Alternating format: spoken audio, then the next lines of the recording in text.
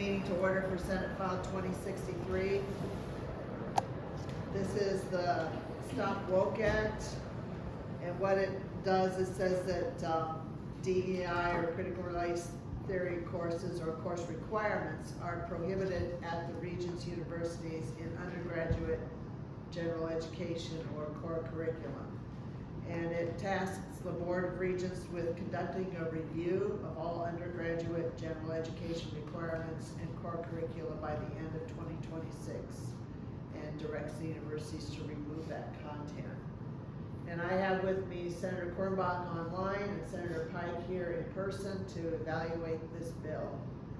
So we'll go with folks in the room in person here, and then we'll go with those online that may want to comment. So I'll just start over here with a gal here that's got to leave early.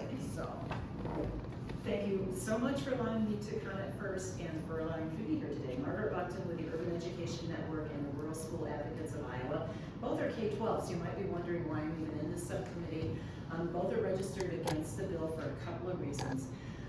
It feels like a slippery slope, that when policy passes in one area, it eventually rolls down the hill and gets to another.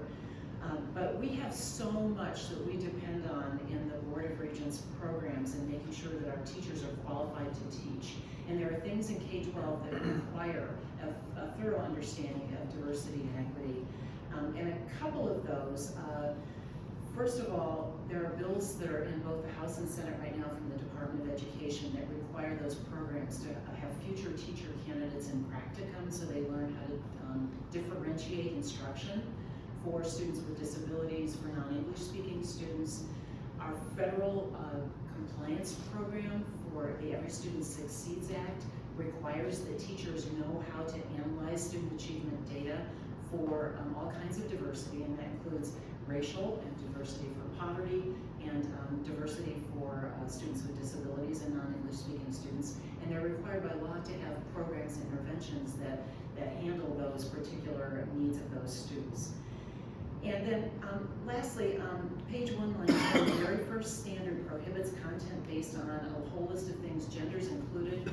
Title IX is one of those things that requires our future teachers and administrators to understand how we protect women's sports and other equal access to programs, and without being able to learn about the things that they will later be in charge of assuring and delivering and implementing would be a disadvantage to our students. So that's why we're kind of watching this bill and seeing where it goes. We appreciate the opportunity to comment today. thank you.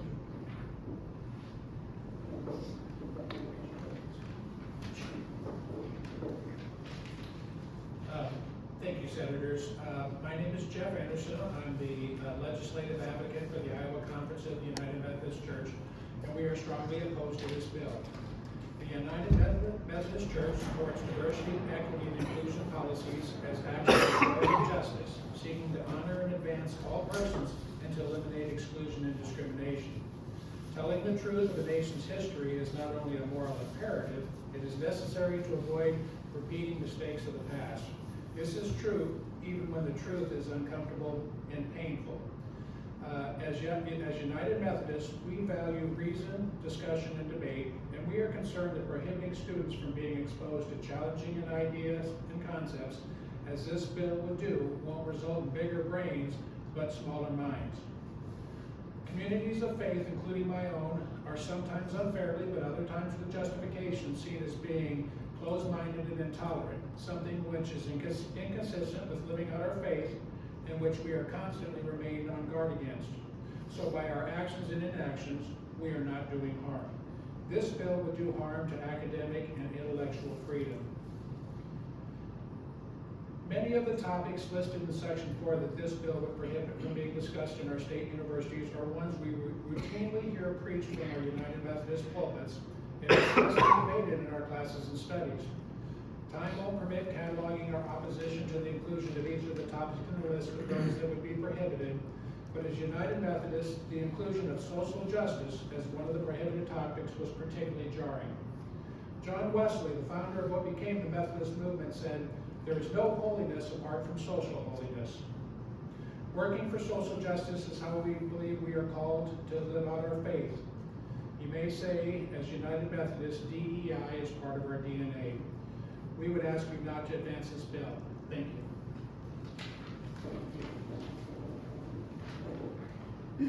Howdy y'all. My name is Max Mowitz and I'm here on behalf of One Iowa Action. We are registered in opposition to this bill for a variety of reasons. General education required courses that include DEI topics can be an essential part of a student's degree. As it stands, Iowans comprise roughly 58% of the total student population from all 99 counties at our 3 region schools. While many of these students may have had an opportunity to meet and learn about identities different from their own, many have not. I remember trying to fit any classes beyond general education and major requirements into my schedule in undergrad, and it's challenging at best. Removal of DEI options from general education requirements means that students may lose their only opportunity to fit these topics into the curriculum in their undergrad. General education requirements can help bridge this gap so that everyone from a business major to a future engineer is better equipped to join a workforce that is diverse, even if their hometown high school wasn't. Additionally, the language of this bill is broad enough that it could impact many courses. For example, a general education course I took in my undergraduate career was statistics. This course was invaluable and I used what I learned daily, including to review statistics to prepare for this subcommittee. This bill could impact that course's ability to review studies related to any of the topics listed, including gender and disability, reducing the course's effectiveness. Or consider a course on civic engagement that might review topics related to the Iowa legislature. How would that course teach about bills that legislators in this room have introduced that focus on protecting women, when the course itself cannot address why women need protecting from the perspective of the legislators advancing it? Removing these DEI requirements limits students' access to vital information about how the world works and undermines the students' ability to expand their worldview around identities that they do not possess. It will impact courses that are not specifically DEI focused, and it also relates to the content of general education courses in general. This bill will not strengthen our education system, it will only weaken it. Please do not move this bill forward.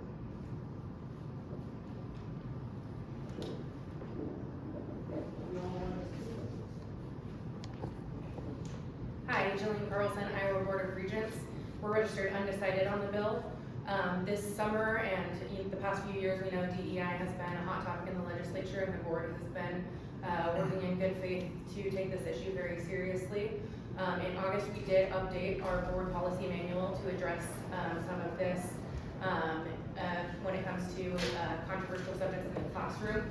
And so the policy makes sure that controversial subjects that are not relevant to the core subject being taught are not,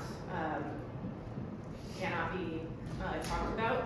And when controversial subjects that are relevant to the course, instructors must present a range of views and ensure that there's no indoctrination on one side or the other. And so we do feel like board policy sufficiently addresses kind of the goal of this bill, and would appreciate flexibility for it to stay in policy rather than code. Thanks.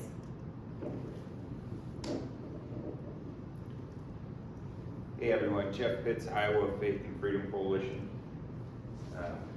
We support the bill.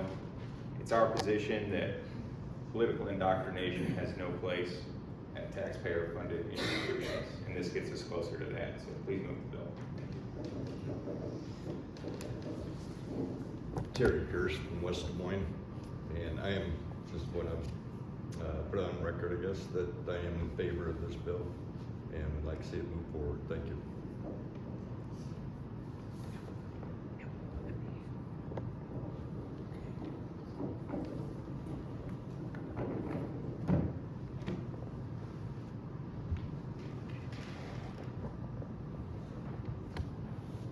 Okay, so we'll go to those online. I see Pam Gronow has her hand up, so go ahead, Pam. Hi, I'm speaking today in support of this bill. This bill simply states that DEI courses cannot be required at the undergraduate general education level. Students can still choose to take, and universities can still offer. Like it or not, DEI has become a way to indoctrinate our students. Because it has become such a divisive concept, it should not be a required class that students are required to take. Thank you for bringing the bill forward. Okay, thank you. Anyone else that's online want to speak? You can raise your electronic hand and we'll call on you.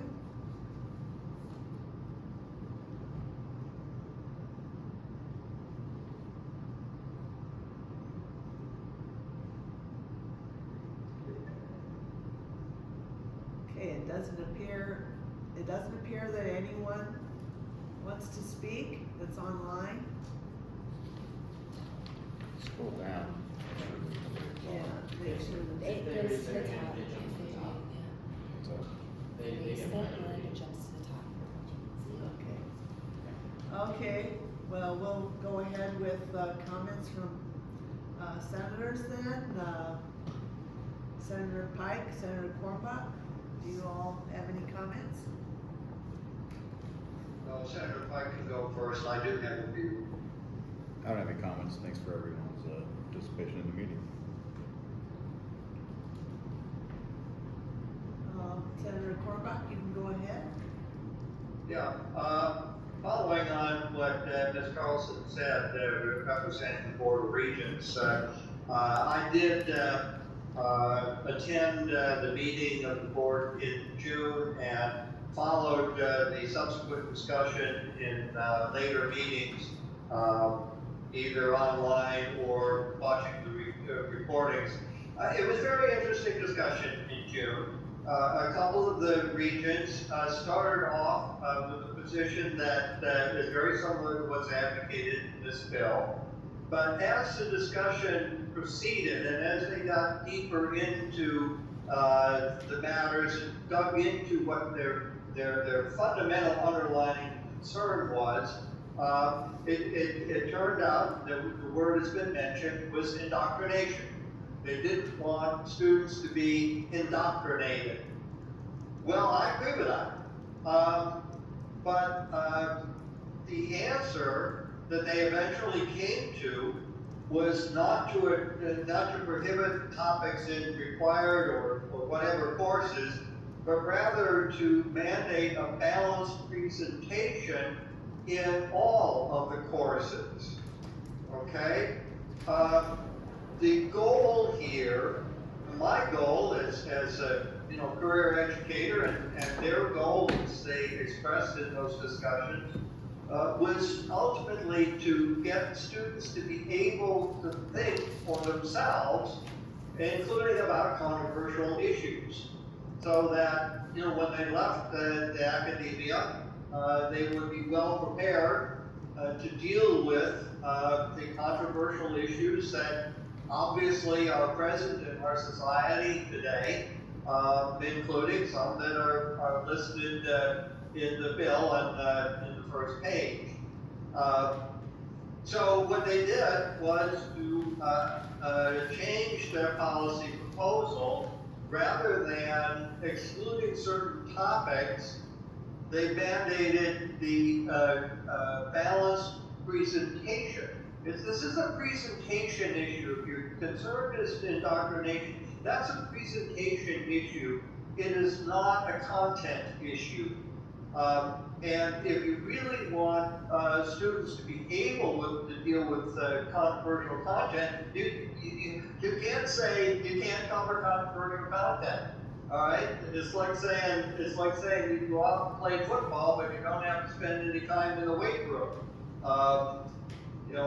For intellectual matters, you got to exercise that brain, and if you can do that in an environment where different points of view are fairly presented and interacted, then you're going to have the kind of training for our students in society that we, I think, should be all of our goals. And in any case, the bottom line is the board did adopt a policy that mandated balanced presentation in all courses, not just required courses. I think that this is a core academic issue of exactly the kind that is appropriate for our Board of Regents. That's why we have a Board of Regents, is to deal with academic issues. I don't think it's appropriate for the Senate or the legislature to try to micromanage course content. That's something that we have delegated to the Board of Regents. I think they've done an excellent job in dealing with this particular issue. So I don't think that this bill is necessary and really is counterproductive. It would insulate people from the kind of exposure that they need in order to learn how to deal with these issues. What we want is a balanced presentation, and that is what current policy gives us. Thank you.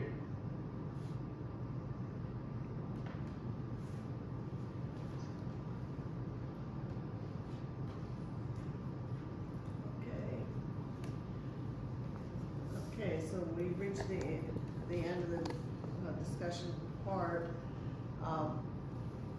I will be signing off on this bill today. I think this is a good bill. What we're talking about when we talk about DEI or CRT is race-based discrimination. That's what it is in a nutshell. The idea that one race or sex is inherently superior to another, the idea that an individual by virtue of their race or sex is inherently racist, sexist, or oppressive, whether consciously or unconsciously, that an individual should be discriminated against or receive adverse treatment because of their race or sex. This is the kind of teaching we're talking about. It doesn't matter whether you call it DEI or CRT or consciousness raising or whatever it is you want to label it. These are the specific concepts we're talking about that should not be advocated or promoted or trained in our schools. There can be discussion with this as part of a larger conversation, but there's a difference between that and indoctrinating and promoting, training, and teaching that philosophy. So that's why I'm signing off on this today, and that's what I got. So thank you so much for everybody coming, and this meeting's dismissed. Clarification question. Would a course like in American women's history or Black U.S. history, would that be allowed under this bill or not allowed? Well, those kinds of courses are being evaluated by the Board of Regents now. But do you think in general, I mean, is it not legitimate to have a course that's focused on some aspect or, you know, some racial or ethnic or gender group? Those would be electives, right? These are, This bill just has to, I don't think that. yeah, that's true. It has to This do bill with just has to do with what's in the core curriculum and mandatory. In the core curriculum, though, usually the way it works is there might be like 20 or 30 courses that somebody could take to satisfy the core curriculum requirement in history. So my question is, are you saying that a course like in women's history or in Black history would not be allowed to satisfy the requirement? I'm just trying to What I'm understand trying what the bill to says. tell you is, it depends on the course and what the content is, and these are the kinds of things that the Board of Regents now is evaluating and working